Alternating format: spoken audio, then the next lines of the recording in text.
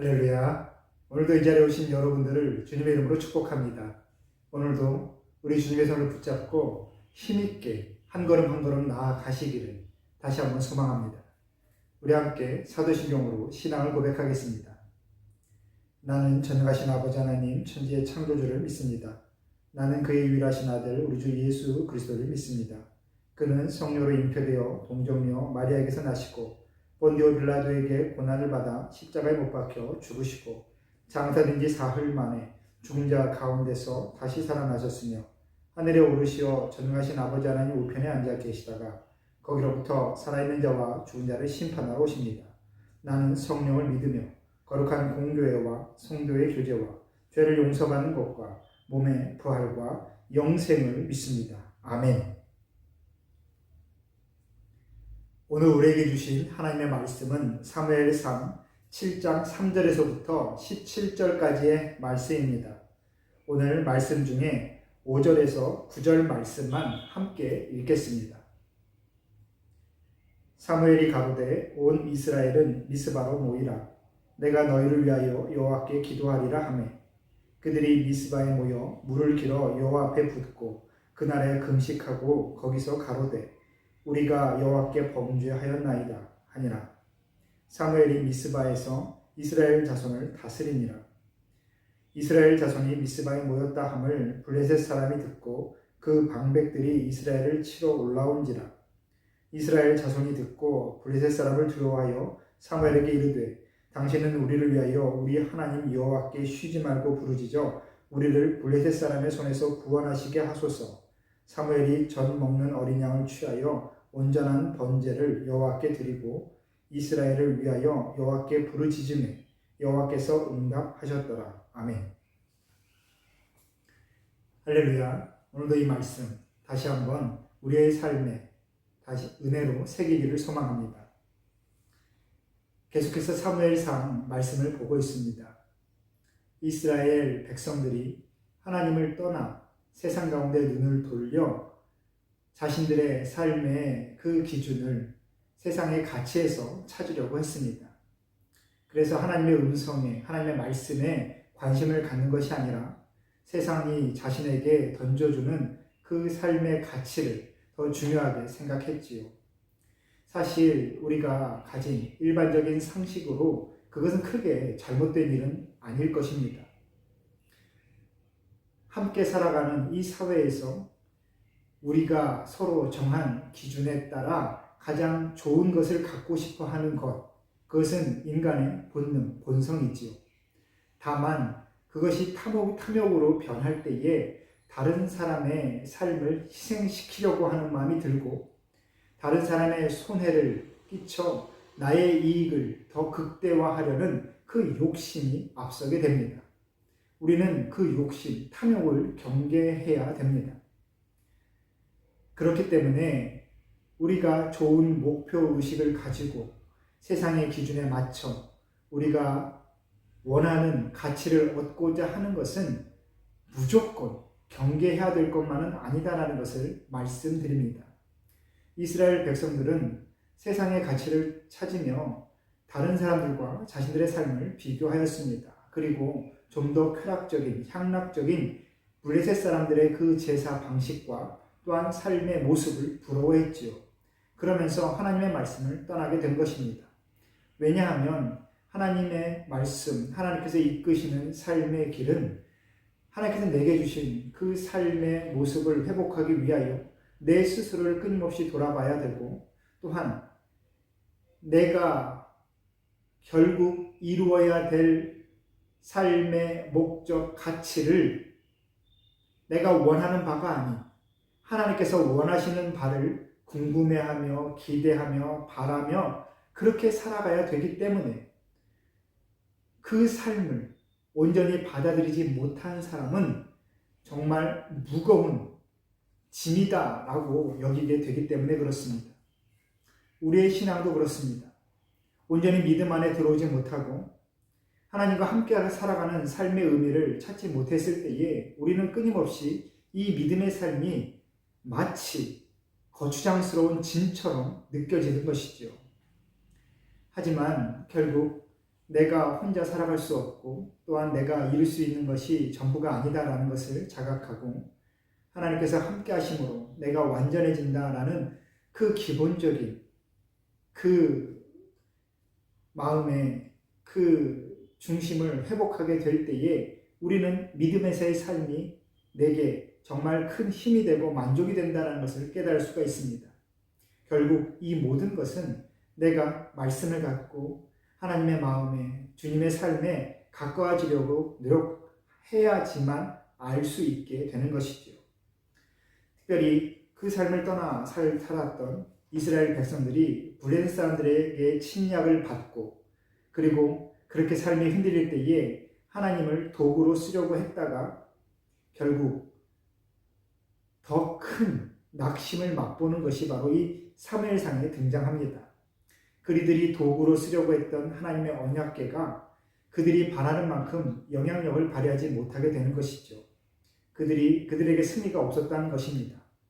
그렇지만 그렇게 탈취당했던 하나님의 언약궤가 블레셋 땅에 가서 결국 하나님의 임재하시는 곳에서 하나님의 일이 일어나게 될 때에 모든 이들이 하나님의 살아계심을 알게 되었습니다. 그리고 어제 보았지만 그 이후 이 언약궤가 이스라엘에게 다시 돌아오게 됐지요. 이스라엘 백성들은 그때서야 비로소 하나님께서 함께 하시는 삶의 안정을 누립니다. 하지만 이 말씀을 묵상하면서 다시 한번 깨닫게 되는 것은 우리가 누리는 이 일상, 안정된 삶에 대한 감사가 정말 우리 안에 있냐라는 겁니다. 이스라엘 백성들이 왜 하나님을 떠났겠습니까? 하나님의 언약궤가 자신들의 진영 안에, 자신들의 삶의 장막 안에 있는데도 불구하고 왜 하나님을 떠나고 그 가치를 잊어버렸을까요? 그것은 평범한 일상에 대한 감사를 잊었기 때문에 그렇습니다. 평범한 일상에 대한 그 만족이 나태함으로 발전했다는 겁니다. 그래서 그 안정이 깨어지고 나서야 평범한 일상에서 하나님께서 함께 하시는 그 평범한 일상이 얼마나 소중한지를 다시 한번 깨닫게 된 것이지요. 오늘 미스바에서 사무엘이 이스라엘 백성들을 모으고 하나님께 부르짖어 은혜를 구하는 것은 다른 것이 아니다라는 생각을 하게 됩니다. 특별한 일, 하나님의 큰 권능, 내 삶을 진동시키는 큰 기적 같은 일을 바라는 것이 아니라 아무 일 없는 내가 하나님의 섭리대로, 세상적으로 말하면 순리대로 살아가는 이 평범한 일상에 대한 감사, 그 회복에 대한 감사를 사무엘은 다시 한번 일깨워내고 있는 것입니다. 미스바에서 백성들을 모으고 기도하는데 이 기도, 여러분 기도의 만족, 기도의 열심, 기도의 능력은 어느 시점부터 시작될까 한번 생각해 보시겠습니까? 우리는 기도할 때에 내 마음의 답답함을 하나님께 마음껏 부르짖고 쏟아놓고 시원하게 얘기하고 나면 내가 은혜 받았다라고 생각할 때가 있습니다. 기도하면서 스스로 만족감이 들을 때가 분명히 있죠. 물론 그것도 굉장히 중요한 기도의 과정입니다. 하지만 정말 중요한 때는 언제이냐? 바로 하나님 앞에 부르짖고 기도한 이후에 하나님께서 그 기도에 응답하시는 것을 잠잠히 기다리는 겁니다.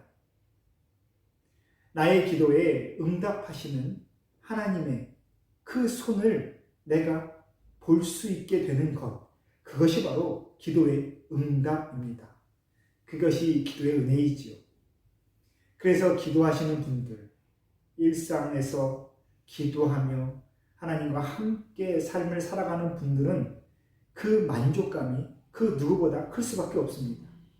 기도하고 말씀 가운데 받은 은혜를 세상 가운데 살아가면서 하나님께서 이렇게 이루어 가시는구나, 내 삶에 이렇게 하나님께서 만지시는구나, 그 체험을 하게 될 때에 진정한 믿음의 만족, 행복을 누리게 되는 겁니다. 그래서 기도한 이후에는 그 응답을 기다리는 과정이 필요하지요.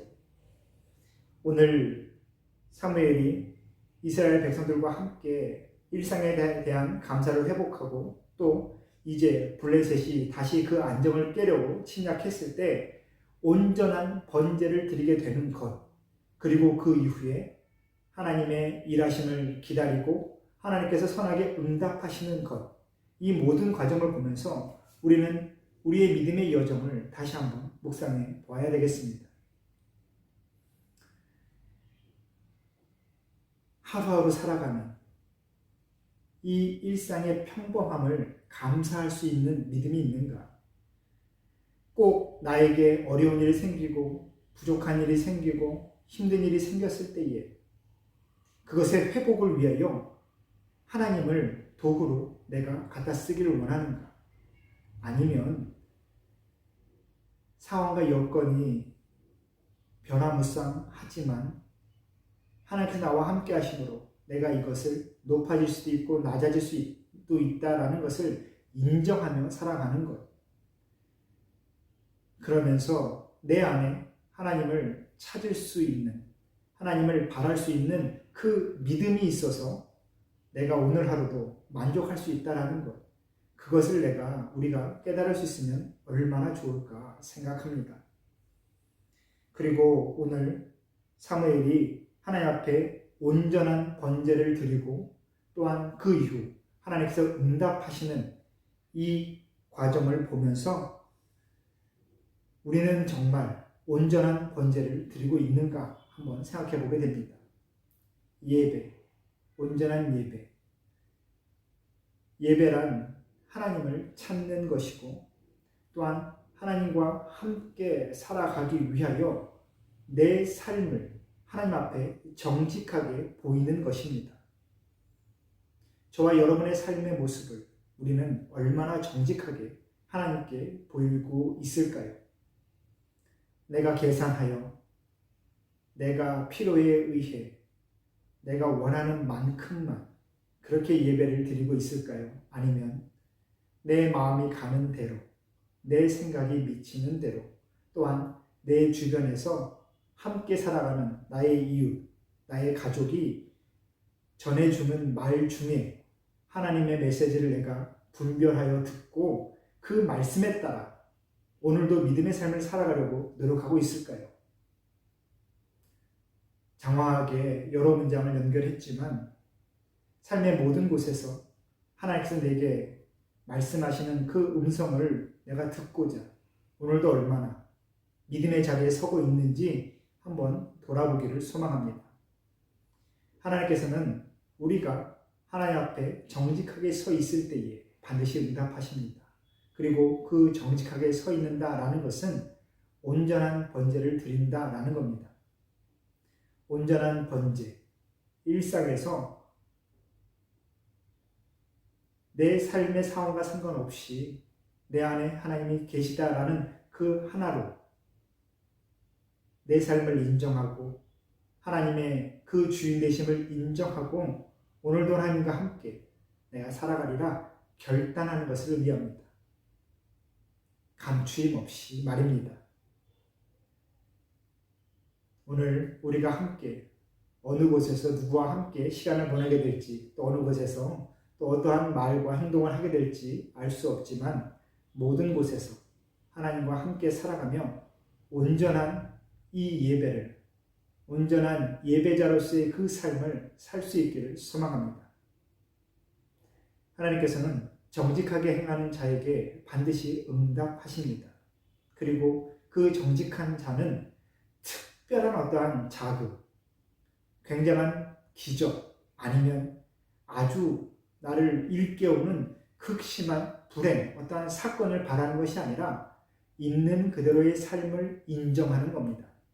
내게 주어진 삶을 하나님께서 함께 하심으로 이 삶이 복되고 은혜가 된다는 것을 인정하는 삶, 그리고 이 삶을 깨닫기 위하여 오늘도 하나님의 말씀에 가까이 나아가며 기도의 자리 가운데 하나님의 그 얼굴을 구할 수 있는 저와 여러분이 되기를 소망합니다. 오늘 말씀 다시 묵상하시면서 하나님의 샬롬을 누리시기를 다시 한번 축복합니다. 우리 함께 기도하겠습니다. 우리 생명의 주인 되신 하나님 아버지, 오늘도 이 하루의 삶을 우리에게 더해 주시니 감사합니다. 우리가 세상을 살아가며 특별한 일, 사건에 집중할 때가 있습니다. 내 삶에서도 기적 같은 하나님의 은혜를 구할 때가 있고, 또한 이겨낼 수 없는 어려움이 닥치고 내 안에 고민이 가시지 않을 때 하나님을 열심히 찾으려는 그 인간적인 본성도 있습니다. 하지만 이 모든 것이 나쁜 것이 아니되 우리 안에 하나님을 인정하고 내 삶의 주인 되심을 인정하고 내가 살아가는 모든 곳에서 모든 시간 가운데 하나님께서 함께하고 계시다라는 것을 잊지 않을 수 있도록 주님 믿음을 더하여 주옵소서. 하나님의 열심이 나의 열심이 되고 하나님께서 보시는 그 곳이 내가 보는 곳이 되기를 소망합니다. 그리고 하나님의 마음이 놓여지는 곳에 나의 마음이 놓여지기를 원하오니 주님 오늘도 높은 곳에서나 낮은 곳에서나 또한 누구와 함께하든지 어떠한 상황이든지 늘 하나님과 함께함으로 일상의 안정과 평안을 누릴 수 있는 우리 모두가 되게 하여 주옵소서. 하나님의 샬롬이 우리 안에 가득하기를 간절히 원하며 예수님의 이름으로 기도합니다. 아멘.